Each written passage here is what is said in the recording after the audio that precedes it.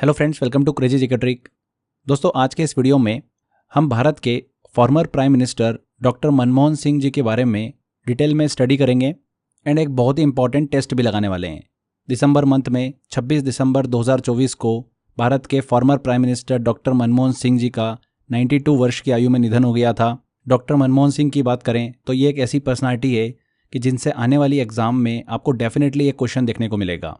तो आज के इस वीडियो में हम डॉक्टर मनमोहन सिंह जी से रिलेटेड सभी इन्फॉर्मेशन कवर करेंगे एमसीक्यू के फॉर्मेट में।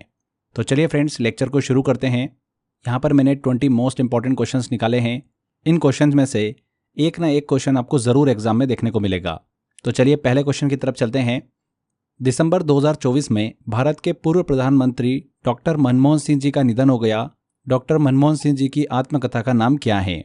तो फ्रेंड्स, डॉक्टर मनमोहन सिंह जी की आत्मकथा का नाम क्या है? Changing India. सी आंसर यहाँ पर बिल्कुल करेक्ट होगा। ये किताब जो है उनके जीवन के सफ़र और भारत की इकोनॉमी को नई दिशा में देने की एक कहानी को बताती है। डॉक्टर मनमोहन सिंह जी ने 1991 में इकोनॉमिक रिफॉर्म्स किए थे, जब भारत गंभीर आर्थिक संकट इकोनॉमिक क्राइसिस का सामना कर रहा था। उस समय देश के पास में केवल 15 दिन का ही फॉरेन करेंसी रिजर्व बचा हुआ था। उन्होंने उस दौरान विदेशों से कर्ज लेने की व्यवस्था की, भारतीय बाजार को फॉरेन इन्वेस्टमेंट के लिए खोला और कई नए आर्थिक सुधार किए। आज भारत बहुत ही मजबूत वैश्विक अर्थव्यवस्था, ग्लोबल इकोनॉमी के रूप में खड़ा हुआ है। इसके पीछे डॉक्टर मनमोहन सिंह जी का बड़ा हाथ है। तो डॉक्टर मनमोहन सिंह जी की आत्मकथा, जिसमें इन सब बातों का उल्लेख किया गया है, उसका नाम क्या है? Changing India. ऑटोबायोग्राफी है मनमोहन सिंह जी की। नेक्स्ट क्वेश्चन लेते हैं। Book India's export trends and prospect for self sustain growth के लेखक कौन है? तो ये बुक किसने लिखी है? डॉक्टर मनमोहन सिंह ने लिखी है। देखिए फ्रेंड्स, इस बुक में उन्होंने बताया है कि एक्सपोर्ट जो निर्यात होता है वो कैसे भारत की इकोनॉमी को मजबूत बना सकता है। इस बात का उल्लेख किया है यहाँ पर मनमोहन सिंह जी ने इस बुक के अंदर। जैसे कि हम एग्जाम्पल से समझ सकते हैं कि मान लो कि भारत में कश्मीरी शॉल बहुत ही प्रसिद्ध हैं। अगर भारत ये शॉल विदेशों में बेचता है तो इससे भारत के कारीगरों को ज़्यादा रोजगार मिलेगा, फॉरेन करेंसी भारत में आएगी, जिससे देश की अर्थव्यवस्था को लाभ होगा। तो डॉक्टर मनमोहन सिंह जी ने इस किताब में यह समझाया है कि भारत को सेल्फ सस्टेन मतलब आत्मनिर्भर बनने के लिए निर्यात बढ़ाने और नई नीतियां लागू करने की जरूरत है। तो India's export trends and prospect for self sustain growth के लेखक कौन है? मनमोहन सिंह है। यहाँ पर फ्रेंड्स, मनमोहन सिंह जी की दो और इंपॉर्टेंट बुक है जो आप दिमाग में रखिएगा। पहला है leverage a broader view and दूसरा है the quest for equity in development. अगला क्वेश्चन है, डॉक्टर मनमोहन सिंह जी को पद्म विभूषण पुरस्कार किस वर्ष प्रदान किया गया था? तो डॉक्टर मनमोहन सिंह जी को 1987 में भारत के दूसरे सबसे बड़े नागरिक सम्मान पद्म विभूषण से सम्मानित किया गया था। कब? 1987 में। डॉक्टर मनमोहन सिंह जी ने भारत की अर्थव्यवस्था को नई दिशा देने और वित्तीय सुधार मतलब इकोनॉमिक रिफॉर्म लागू करने में अहम भूमिका निभाई थी। उनके इसी योगदान के लिए 1987 में उनको पद्म विभूषण से सम्मानित किया गया था, 1987 में। अगला क्वेश्चन है, इनमें से कौन सा पुरस्कार डॉक्टर मनमोहन सिंह जी को प्रदान नहीं किया गया? तो फ्रेंड्स, डॉक्टर मनमोहन सिंह जी को भारत रत्न अभी तक प्रदान नहीं किया गया है, तो यहाँ पर डी आंसर। इसके अलावा उन्हें एडम स्मिथ प्राइज दिया गया था। उन्हें कैम्ब्रिज विश्वविद्यालय में पढ़ाई के दौरान उनकी उत्कृष्टता के लिए ये पुरस्कार दिया गया था। जवाहरलाल नेहरू जन्मशती पुरस्कार भी उन्हें दिया गया था उनकी राजनीतिक और आर्थिक नीतियों में योगदान के लिए। इसके अलावा लोकमान्य तिलक अवार्ड भी उन्हें 1997 में दिया गया। ये पुरस्कार उनकी नीतियों द्वारा भारत के विकास में योगदान के लिए दिया गया था। सिर्फ भारत रत्न जो है वो डॉक्टर मनमोहन सिंह जी को नहीं दिया गया। यहाँ पर डी आंसर बिल्कुल करेक्ट होगा। अगला क्वेश्चन लेते हैं, the world statement of the year award किस संगठन द्वारा दिया जाता है? तो friends, the world statement of the year award appeal of conscious foundation द्वारा दिया जाता है। इस संगठन को 1965 में रब्बी आर्थर शीर ने स्थापित किया था। इसका उद्देश्य क्या है? Peace, tolerance and ethnic conflict resolution को बढ़ावा देना। ध्यान दीजिएगा, 2010 में यह प्रतिष्ठित पुरस्कार डॉक्टर मनमोहन सिंह जी को दिया गया था उनके नेतृत्व में किए गए महत्वपूर्ण कार्यों के लिए। जैसे कि डॉक्टर मनमोहन सिंह जी ने भारत और अमेरिका के बीच में न्यूक्लियर डील को सफल बनाया था। यह समझौता भारत के लिए न केवल ऊर्जा उत्पादन बल्कि वैश्विक पहचान के लिए भी बहुत ही महत्वपूर्ण था। तो उनके इन्हीं एफर्ट्स के लिए the world statement of the year award से उन्हें 2010 में सम्मानित किया था। किसके द्वारा यह दिया जाता है पुरस्कार? अपील ऑफ कॉन्शियस फाउंडेशन द्वारा, बी आंसर। अगला क्वेश्चन है, इंदिरा गांधी शांति, निरस्त्रीकरण और विकास पुरस्कार की स्थापना किस वर्ष की गई? तो फ्रेंड्स, इस पुरस्कार की स्थापना की गई थी 1986 में। इसे इंदिरा गांधी मेमोरियल ट्रस्ट ने स्थापित किया था। इसका उद्देश्य क्या है? भारत की पूर्व प्रधानमंत्री इंदिरा गांधी जी के योगदान को सम्मान देना।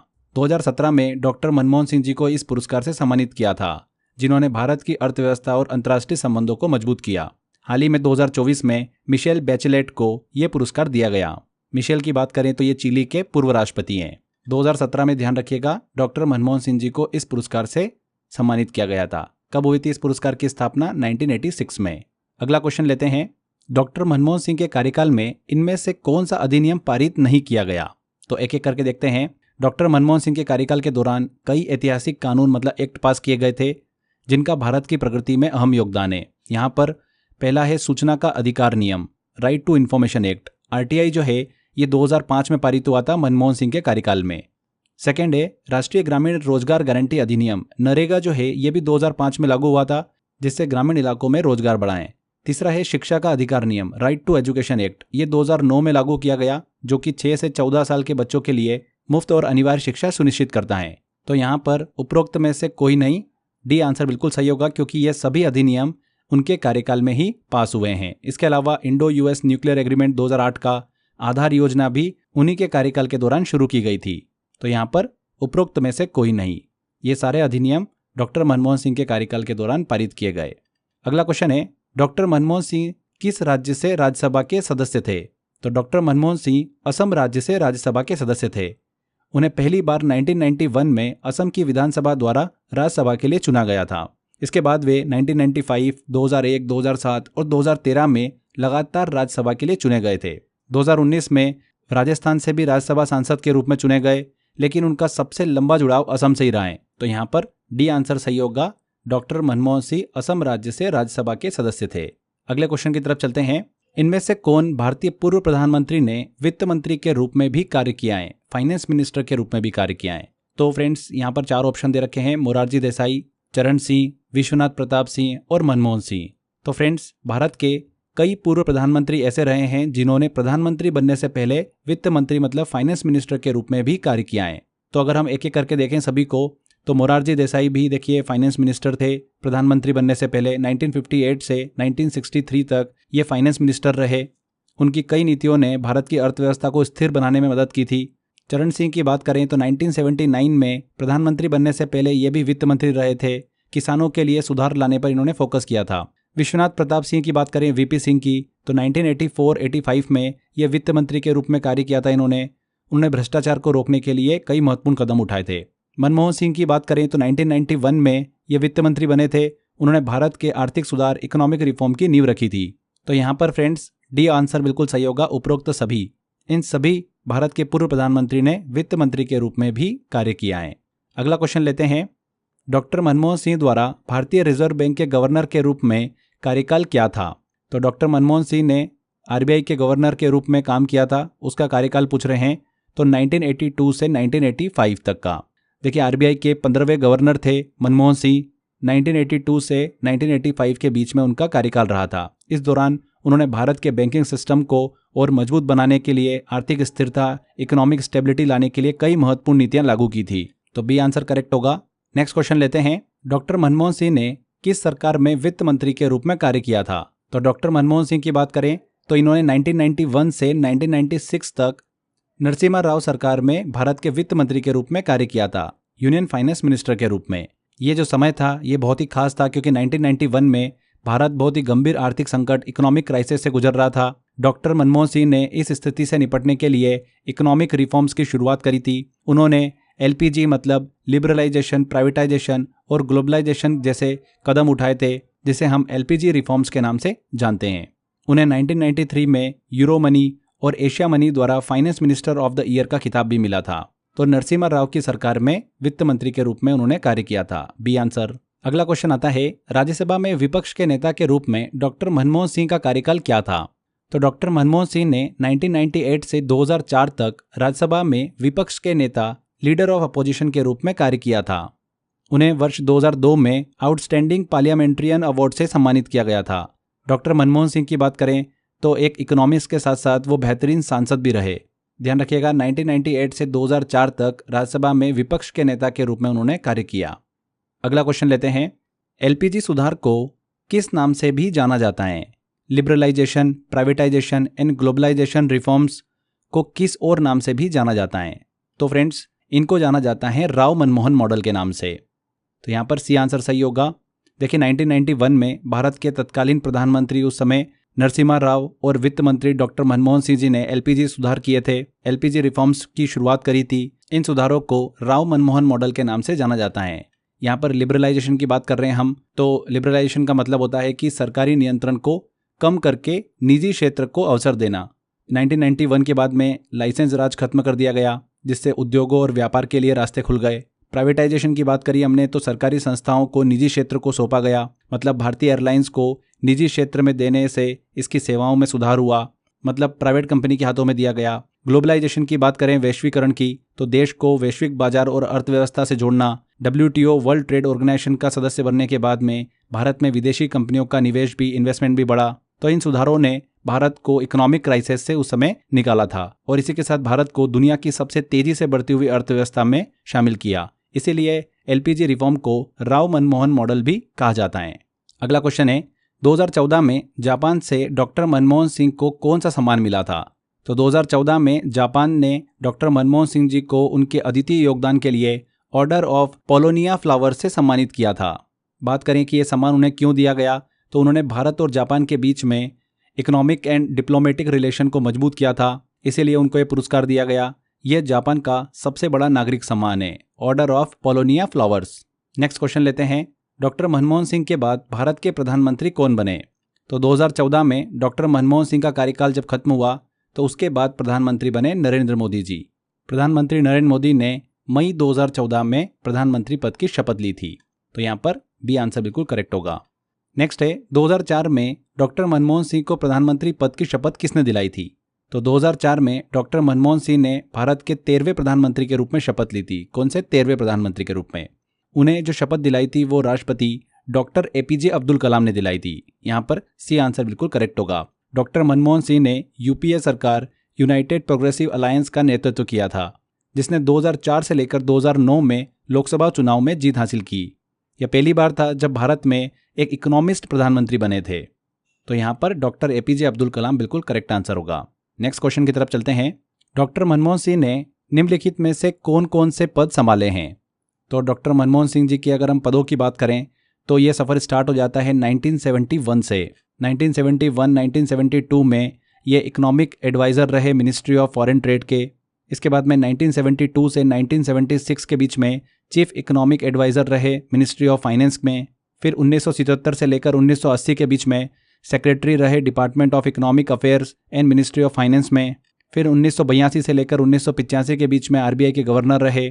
1985 से लेकर 1987 के बीच में डिप्टी चेयरमैन रहे प्लानिंग कमीशन के। योजना आयोग के उपाध्यक्ष रहे। इसके बाद में 1990 से 1991 के बीच में प्रधानमंत्री के आर्थिक मामलों के सलाहकार रहे, adviser to the prime minister on economic affairs. इसके बाद 1991 में ही ये चेयरमैन रहे यूनिवर्सिटी ग्रांट्स कमीशन के, UGC के। विश्वविद्यालय अनुदान आयोग के अध्यक्ष रहे। 1991 से लेकर 1996 के बीच में फाइनेंस मिनिस्टर रहे इंडिया के, वित्त मंत्री रहे। एंड 2004 से लेकर 2014 के बीच में भारत के प्रधानमंत्री रहे। तो ये इनका हमने पूरा साइकिल डिस्कस किया कि अलग अलग समय पर डॉक्टर मनमोहन सिंह किन किन पदों पर कार्यरत थे। यहाँ पर अब ऑप्शन देख लेते हैं हम। योजना आयोग के उपाध्यक्ष रहे थे, बिल्कुल सही। प्रधानमंत्री के आर्थिक मामलों के सलाहकार थे, बिल्कुल सही। विश्वविद्यालय अनुदान आयोग के अध्यक्ष रहे थे, UGC के, बिल्कुल सही। दक्षिण आयोग के महासचिव थे, secretary general of the south commission, ये भी पॉइंट सही है। तो यहाँ पर उपरोक्त सभी, डी आंसर बिल्कुल सही होगा। नेक्स्ट क्वेश्चन आता है, राष्ट्रीय जांच एजेंसी NIA का गठन किस घटना के बाद हुआ था? नेशनल इन्वेस्टिगेशन एजेंसी का गठन किस घटना के बाद हुआ था? तो इसका गठन हुआ था 2008 में। मुंबई में 26/11 आतंकवादी हमले के बाद में इस एजेंसी का गठन किया गया था। यह हमला नवंबर 2008 में हुआ था, जब आतंकवादियों ने मुंबई में ताज होटल, ओबेरॉय होटल और CST स्टेशन जैसे स्थानों पर हमला किया था। इस घटना ने भारत की सुरक्षा व्यवस्था में गंभीर खामियां उजागर की थी। आतंकवाद से जुड़े मामलों की जांच को और अधिक प्रभावी बनाने के लिए डॉक्टर मनमोहन सिंह जी की सरकार ने NIA मतलब नेशनल इन्वेस्टिगेशन एजेंसी की स्थापना करी थी 2008 में। इसका उद्देश्य क्या है? आतंकवाद को खत्म करना और सुरक्षा को मजबूत बनाना। तो यहाँ पर 26/11 हमला, सी आंसर बिल्कुल सही होगा। अगला क्वेश्चन लेते हैं, भारतीय विशिष्ट पहचान प्राधिकरण UIDAI की स्थापना किस वर्ष हुई? तो UIDAI की स्थापना फरवरी 2009 में हुई थी। इसका उद्देश्य क्या था? UIDAI को आधार कार्ड के प्रबंध और इसे भारतीय नागरिकों को प्रदान करने के लिए बनाया गया। आधार कार्ड में प्रत्येक नागरिक को एक 12 अंकों की विशिष्ट पहचान संख्या यूनिक आइडेंटिफिकेशन नंबर दिया जाता है। तो UIDAI का गठन भारत की एक बड़ी डिजिटल क्रांति, डिजिटल रिवॉल्यूशन का हिस्सा था। इसकी स्थापना कब हुई थी? 2009 में। अगला क्वेश्चन लेते हैं, इनमें से कौन सा देश ब्रिक्स का संस्थापक सदस्य नहीं है? तो ब्रिक्स की स्थापना 16 जून 2009 को हुई थी। डॉक्टर मनमोहन सिंह ने रूस में हुए पहले ब्रिक्स शिखर सम्मेलन में भारत का प्रतिनिधित्व किया था। शुरुआत में इसको ब्रिक कहा जाता था, लेकिन 2010 में साउथ अफ्रीका के जुड़ने के बाद में इसे ब्रिक्स कहा गया और अब तो इसमें कई कंट्रीज जुड़ चुकी हैं। यहाँ पर पूछा जा रहा है, इनमें से कौन सा देश ब्रिक्स का संस्थापक सदस्य नहीं है? तो संस्थापक सदस्य की बात करें तो 4 थे, ब्राजील, रूस, भारत और चीन। तो यहाँ पर अमेरिका नहीं है, डी आंसर। अगला क्वेश्चन लेते हैं, द एक्सीडेंटल प्राइम मिनिस्टर, जो कि डॉक्टर मनमोहन सिंह के जीवन पर आधारित है, इस मूवी के निर्देशक कौन है, डायरेक्टर कौन है? तो ये एक फिल्म है जो कि भारत के पूर्व प्रधानमंत्री डॉक्टर मनमोहन सिंह के कार्यकाल और उनकी जीवन यात्रा पर आधारित है। इस फिल्म का निर्देशन किसने किया है? विजय रत्नाकर गुट्टे ने किया है। बी आंसर यहाँ पर सही होगा। यह फिल्म 2014 में प्रकाशित पुस्तक द एक्सीडेंटल प्राइम मिनिस्टर पर आधारित है, जिसे संजय बारू ने लिखा था। फिल्म में अनुपम खेर ने डॉक्टर मनमोहन सिंह का किरदार निभाया। यह फिल्म यूपीए सरकार के कार्यकाल को दर्शाती है और राजनीतिक घटनाओं पर आधारित है। यहाँ पर विजय रत्नाकर गुट्टे बिल्कुल सही आंसर होगा। तो यहाँ पर फ्रेंड्स ये सारे क्वेश्चन हमारे कंप्लीट होते हैं। अच्छे क्वेश्चन हमने कवर किए हैं और ऑलमोस्ट हमने सभी इन्फॉर्मेशन डॉक्टर मनमोहन सिंह से संबंधित कवर करी है। ये ऐसी पर्सनालिटी है जिन्होंने भारत को एक नई दिशा दी है और इनसे रिलेटेड आने वाली एग्जाम में आपको डेफिनेटली एक क्वेश्चन देखने को मिलेगा। तो आज इस लेक्चर के माध्यम से हमने वो 1 नंबर पक्का किया है। आई होप आपने ध्यान से लेक्चर देखा होगा और सारे क्वेश्चन आपने बड़ी आसानी से सॉल्व कर लिए होंगे। फ्रेंड्स, यहाँ पर हमारा लेक्चर कंप्लीट होता है। इसी तरीके से सिस्टमेटिक तरीके से अगर आप करंट अफेयर पढ़ना चाहते हैं तो हमारा करंट अफेयर का एक स्पेशल पैकेज है, OSS करंट अफेयर पैकेज। आप उसको एनरोल कर सकते हैं, जिसमें हम मंथली करंट अफेयर की ई बुक से लेकर क्विज से लेकर टॉपिक वाइज करंट अफेयर सब कुछ आपको इस पैकेज में हम प्रोवाइड करते हैं। मैराथन्स की PDF होती है, जो भी लेटेस्ट करंट अफेयर होते हैं उनकी आपको डिटेल PDF मिल जाती है इस पैकेज के अंदर। तो एक कंप्लीट हमने करंट अफेयर का सॉल्यूशन बना रखा है आपके लिए। आप इस पैकेज को 0 रुपये में एनरोल कर सकते हैं। 99 रुपीज़ पे करने के बाद में 99 रुपीज़ का कूपन वाउचर आपकी ID पर एक्टिवेट हो जाता है, जो कि आप किसी दूसरे प्रोडक्ट के साथ में उसको यूज़ कर सकते हैं। तो इस तरीके से ये OSS करंट अफेयर का पैकेज आपको 0 रुपये में पड़ जाता है। तो अगर आप इस पैकेज को एनरोल करना चाहते हैं तो डिस्क्रिप्शन बॉक्स और कमेंट बॉक्स में लिंक दे रखा है, वहां पर क्लिक कर आप इसको एनरोल कर सकते हैं। इसके अलावा क्रेजी जीके ट्रिक एप्लीकेशन और रूट एप्लीकेशन पर भी ऑप्शन दिया हुआ है। तो फ्रेंड्स, आज के इस वीडियो में इतना ही था। आई होप आपको वीडियो इन्फॉर्मेटिव लगा होगा। अगर वीडियो अच्छा लगा है, वीडियो इन्फॉर्मेटिव लगा है तो वीडियो को लाइक कर दीजिए, शेयर कर दीजिए एंड कमेंट करके जरूर बताइएगा कि वीडियो कैसा लगा। अगर आपने अभी तक चैनल को सब्सक्राइब नहीं करा है तो सब्सक्राइब भी कर लीजिए। मिलते हैं फ्रेंड्स अगले वीडियो में। Till then, bye bye.